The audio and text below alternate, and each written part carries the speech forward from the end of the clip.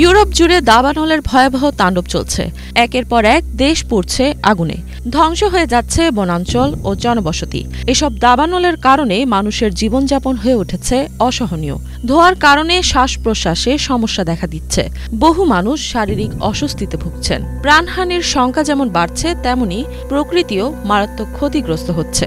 এবার স্পেনের ভেরিন শহরে অবস্থিত ঐতিহাসিক ১৭শ শতাব্দীর আতালাইয়া দুর্গ গত ১৬ আগস্ট এক ভয়ঙ্কর দাবানলের সরাসরি হুমকির মুখে পড়েছে।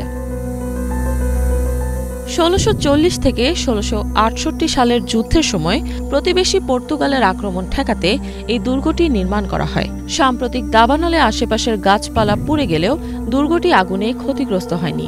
স্পেনের এই দাবানলের কারণে এখন পর্যন্ত ৭ জন প্রাণ হারিয়েছেন। আগুনে পুড়ে গেছে বিশাল একটি এলাকা।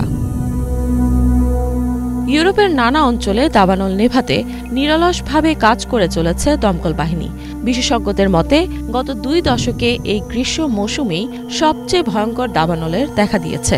জরুরি পরিষেবার তথ্য অনুযায়ী টানা প্রায় ২ সপ্তাহ ধরে চলা প্রচণ্ড তাপপ্রবাহ ও উষ্ণ বাতাস পরিস্থিতিকে আরও জটিল ও বিপজ্জনক করে তুলেছে। স্পেনের এই দাবানল ব্যাপকভাবে ছড়িয়ে পড়ার পর প্রশাসনের পক্ষে আগুন নিয়ন্ত্রণে আনা বেশ কষ্টকর হয়ে পড়েছে। ১,৫০,০০০ হেক্টরেরও বেশি এলাকা পুড়ে গেছে আগুনে। এক ভিডিও চিত্রে দেখা গেছে ঘন জঙ্গলের উপর দিয়ে আগুন দ্রুত ছড়িয়ে পড়ছে এবং আকাশে বিশাল ধোঁয়ার কুণ্ডলী পেকে আছে। স্পেনের জাতীয় আবহাওয়া বিভাগ জানিয়েছে, দেশের উত্তর ও পশ্চিমাঞ্চলে দাবানলের তীব্র ঝুঁকি রয়েছে।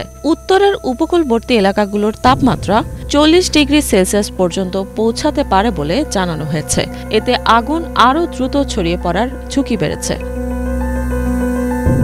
দীর্ঘ সময় ধরে চলা তাপপ্রবাহের কারণে সমগ্র ইউরোপ জুড়ে দমকল বাহিনীর সদস্যরা দাবানল নিয়ন্ত্রণে রাখতে কঠিন পরিস্থিতির মুখোমুখি হচ্ছে। প্রচণ্ড গরম আগুনের তীব্রতা আরও বাড়িয়ে দিচ্ছে।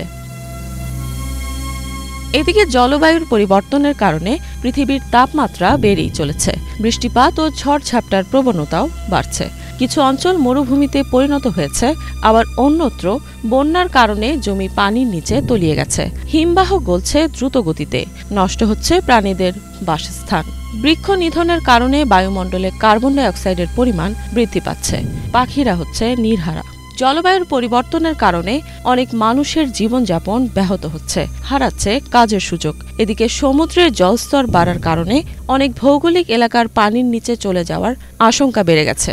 এই ধারা অব্যাহত থাকলে পৃথিবীর জীববৈচিত্র্য ও মানুষের ভবিষ্যৎ বড় ধরনের হুমকির সম্মুখীন হবে।